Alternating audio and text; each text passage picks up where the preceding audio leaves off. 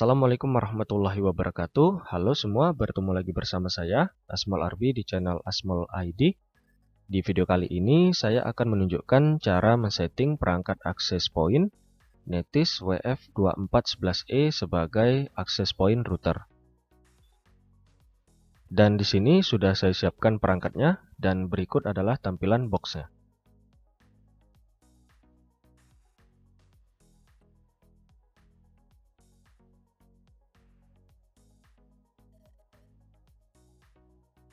Nah, pada bagian samping dari box ini, kita bisa memperoleh informasi spesifikasi dari perangkat ini. Oke, langsung kita unboxing.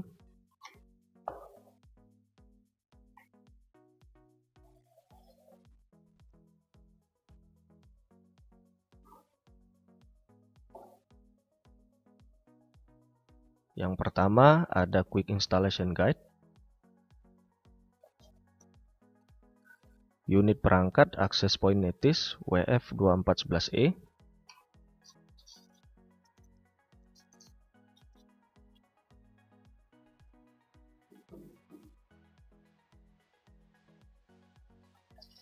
Kabel UTP lengkap dengan konektor RJ45 yang sudah terpasang. Dan terakhir, adaptor.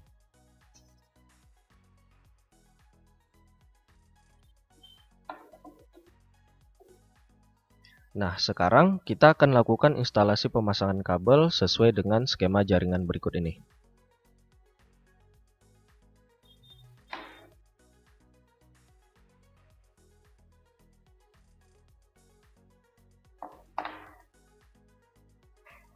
Pertama, kita hubungkan perangkat access point ke sumber arus listrik.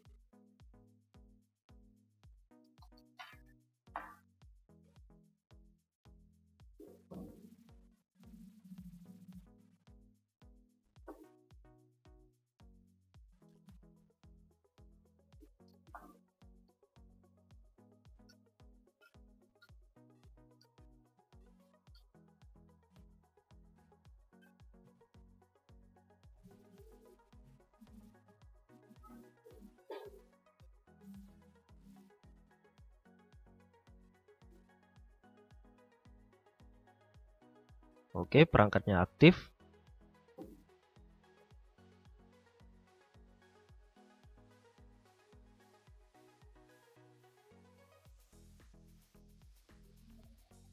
Nah, seperti yang terdapat pada skema jaringan.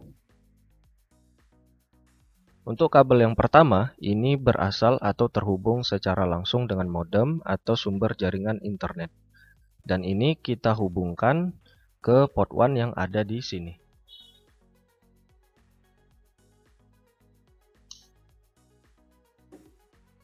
Oke, seperti itu. Kemudian untuk kabel yang kedua, seperti yang terdapat pada skema jaringan, salah satu dari port LAN yang ada di sini, bisa port 1, 2, 3, ataupun 4, ini dihubungkan ke port Ethernet pada perangkat PC atau laptop.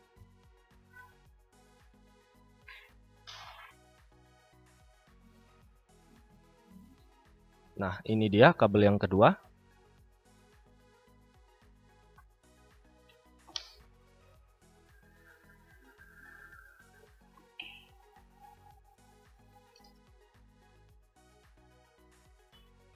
Dan untuk ujung yang satunya, ini dihubungkan ke port Ethernet pada perangkat PC atau laptop.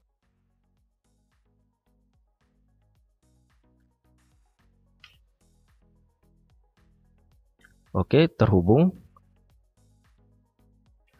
Oke, sampai di sini instalasi pemasangan kabelnya selesai dan sekarang kita lakukan penyetingannya. Untuk melakukan penyetingan pada perangkat access point Netis WF2411E, kita tidak perlu melakukan penyetingan IP address pada perangkat laptop atau PC yang kita gunakan. Karena secara default, fitur DHCP yang terdapat pada perangkat Netis telah aktif. Jadi, ketika kita menghubungkan antara perangkat PC atau laptop dengan perangkat Netis WF2411E, maka secara otomatis akan mendapatkan IP address. Dan ini bisa kita cek di Control panel, Network and Internet, Network and Sharing Center, Change Adapter Setting, lalu double klik pada interface Ethernet. Klik pada tombol Details. Nah, di sini kita bisa mendapatkan informasi berapa IP yang telah diperoleh perangkat PC atau laptop.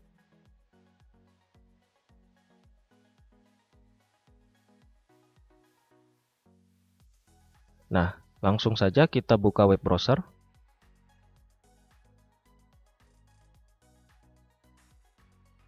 Nah, di bagian URL, kita ketikkan IP address default dari perangkat Netis WF2411E, yaitu 192.168.1.1. Enter.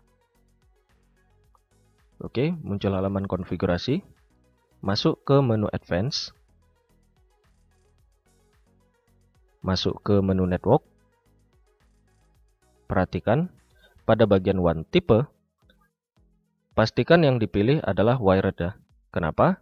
Karena sumber jaringan internetnya dihubungkan melalui port WAN pada perangkat Netis WF2411E.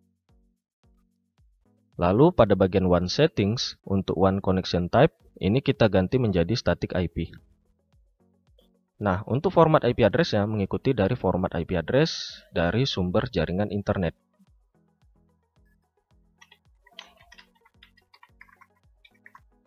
Oke, seperti ini.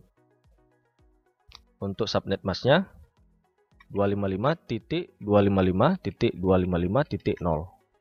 Untuk default gateway, kita sesuaikan dengan format dari sumber jaringan internet atau IP modem.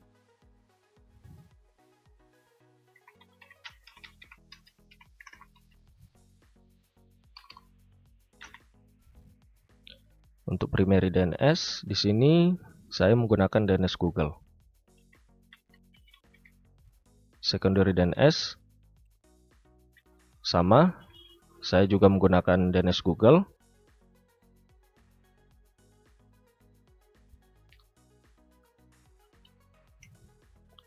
Oke, sudah. Klik save. Oke, berhasil tersimpan. Selanjutnya kita pindah ke submenu LAN. Nah, di sini kita perlu mengubah format IP address dari bagian LAN-nya. Nah, seperti yang terdapat pada skema jaringan, untuk IP LAN-nya adalah 192.168.20.1. Oke, kita ubah di bagian ini. Oke, sudah. Lalu klik save dan reboot. Klik OK. Nah, kita tunggu sampai proses restarting selesai.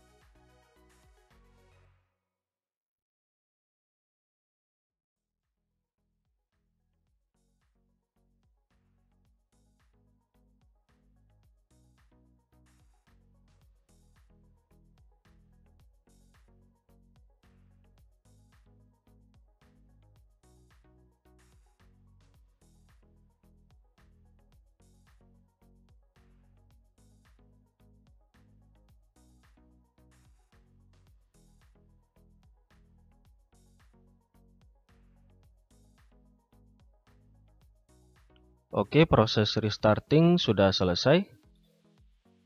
Kembali lagi kita masuk ke menu Advanced. Nah, sekarang kita balik lagi masuk ke menu Network. Lalu submenu LAN. Nah, seperti yang terdapat pada skema jaringan, untuk range DHCP server akan sedikit kita ubah ya. Yaitu dengan range 192.168.20.2 sampai dengan 192.168.20.50. Nah, untuk range ini silahkan teman-teman sesuaikan sendiri ya. Ini hanya sebagai contoh. Oke, seperti ini. Untuk list time ini diubah boleh, namun sebaiknya biarkan saja ya, tidak usah diubah. Dan jika sudah, klik save. Oke, berhasil tersimpan. Nah, sekarang kita masuk ke menu wireless. Nah, pada bagian wireless settings, pastikan wireless statusnya dalam keadaan enable. Kemudian untuk radio mode, yang dipilih adalah access point. Untuk radio band, sebaiknya yang dipilih adalah 802.11b plus G plus N. Lalu untuk SSID, di sini misalnya kita beri nama small ID at Wi-Fi. Nah, ini hanya sebagai contoh ya. Ini hanya sebagai contoh, silahkan teman-teman sesuaikan sendiri. Lalu untuk SSID broadcast, pastikan enable. Nah, jika sudah, lanjut ke AP security settings. Untuk authentication type, yang dipilih adalah WPA 2 PSK. Untuk key mode, pastikan yang dipilih adalah ASCII. Lalu untuk passwordnya, sebagai contoh di sini saya beri password 12345678. Seperti ini. Lalu klik save. Oke, tersimpan. Nah, jika saya scan di sini, seharusnya sudah muncul ya. Oke, kita tunggu sebentar. Oke, belum muncul ya. Oke, sudah muncul ya di sini. Small ID at Wi-Fi. Oke, lanjut. Sekarang masuk ke menu System Tools, submenu Password. Nah, secara default, untuk mengakses halaman konfigurasi dari perangkat Netis WF2411E tidak membutuhkan username dan password. Namun di sini kita tetap bisa menambahkan username dan password sesuai dengan yang kita inginkan. Tujuannya agar halaman konfigurasi dari perangkat ini tidak bisa diakses oleh sembarang orang. Nah, sebagai contoh di sini untuk username-nya saya beri nama Arbi. Passwordnya misalnya Arbi123. Ini hanya sebagai contoh. Confirm new password sama Arbi123. Nah, untuk username dan password silakan teman-teman sesuaikan sendiri ya. Dan jika sudah, klik save. Nah, maka secara otomatis perangkat Netis akan meminta kita untuk memasukkan username dan password.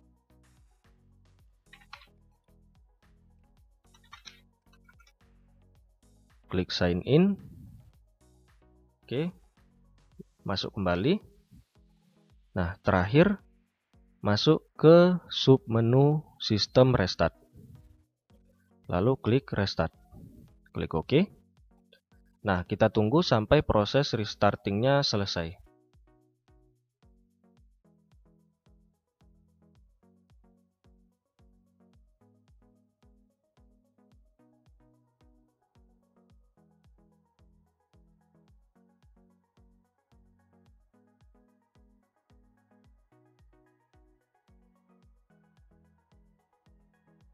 Oke, proses restarting sudah selesai dan sekarang kita lakukan pengujiannya. Untuk melakukan pengujiannya, kabel jaringan yang tertancap pada perangkat laptop atau PC yang saya gunakan, saya lepas. Lalu, saya hubungkan ke SSID small ID at Wi-Fi. Masukkan passwordnya. Klik next. Klik yes.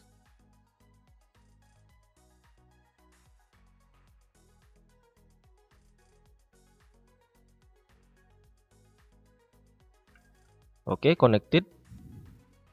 Saya coba buka tab baru. Saya coba akses Google. Oke, berhasil mengakses Google. Saya coba buka tab baru lagi. Saya coba buka YouTube.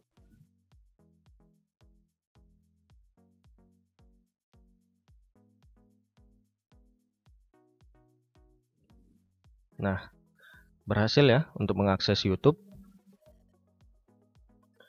Oke, cukup sekian video kali ini. Jika ada yang ingin ditanyakan, silahkan tuliskan di kolom komentar. Dan apabila teman-teman menyukai video ini, silakan di-like dan di-share ke teman-teman yang lainnya agar bisa sama-sama belajar dengan kita di channel ini. Jangan lupa dukung terus channel ini dengan mengklik tombol subscribe dan aktifkan lonceng notifikasinya agar teman-teman mendapatkan notifikasi ketika saya mengupload video terbaru di channel ini. Terima kasih atas perhatiannya, sampai jumpa lagi di video saya yang lainnya. Saya akhiri, wassalamualaikum warahmatullahi wabarakatuh.